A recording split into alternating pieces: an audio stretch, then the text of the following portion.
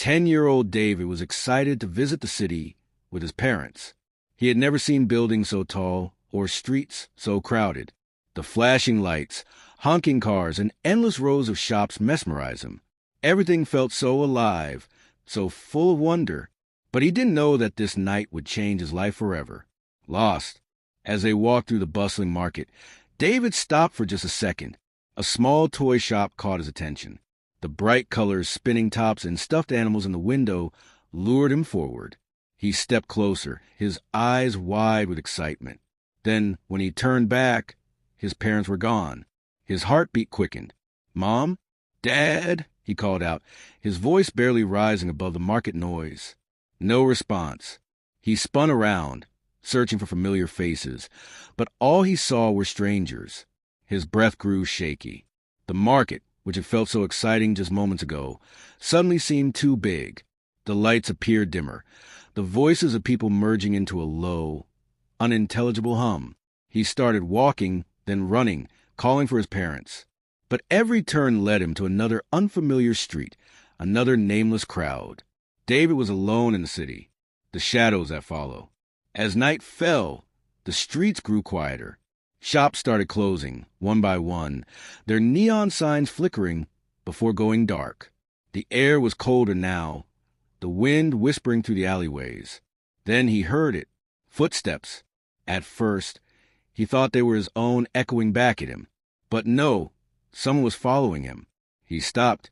The footsteps stopped too. Slowly, he turned around. No one was there.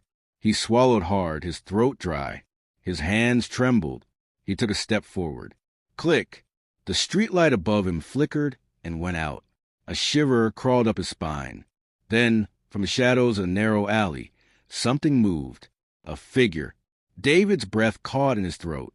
He couldn't make out the person's face, but he could feel them watching him.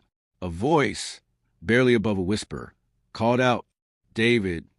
His legs moved before he could think. He bolted down the street, heart pounding against his ribs. The city around him twisted into a confusing maze of dark alleys and unfamiliar roads. And the voice followed. The city that changes. David tried to find his way back, but the streets didn't make sense anymore. The buildings looked different. A road that had been straight before was now curving in a direction he didn't remember.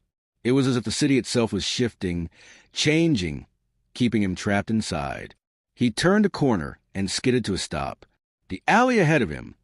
It was wrong. The walls were covered in handprints, small, like a child's. Some were smeared like they had been dragged. The windows of the buildings were pitch black, like empty eyes watching him. Then, from the darkness, it stepped forward, a tall shadow, stretching unnaturally long. Its face, if it had one, was obscured in darkness. It had no eyes, no mouth, just an empty, hollow void. "You have come too far." David took a step back, but his feet felt frozen to the ground. The shadow reached out. "You belong here now." No way out. David turned and ran into the first open building he saw, a deserted, crumbling structure with broken windows. But inside it was worse. The walls were lined with old photographs, their faces blurred beyond recognition. The doors slammed shut on their own. From above, faint whispers drifted down like falling dust. Then he saw them, more shadows, crawling along the walls, watching from the corners. His breath came in ragged gasps as he pressed himself against a cold wall, trying to disappear. But the whisper came again, right next to his ear. "You can never leave." A cold hand grasped his shoulder. His scream echoed through the empty streets. Another lost one. The next morning, the city awoke as usual. Cars rushed by, people filled the market, and life continued as if nothing had happened. No one noticed the missing boy. No one remembered his name. That evening, another child came to the market with his family. He stopped for a second, glancing at a small toy shop window. And from the shadows of an alleyway, something moved, watching, waiting for its next lost one.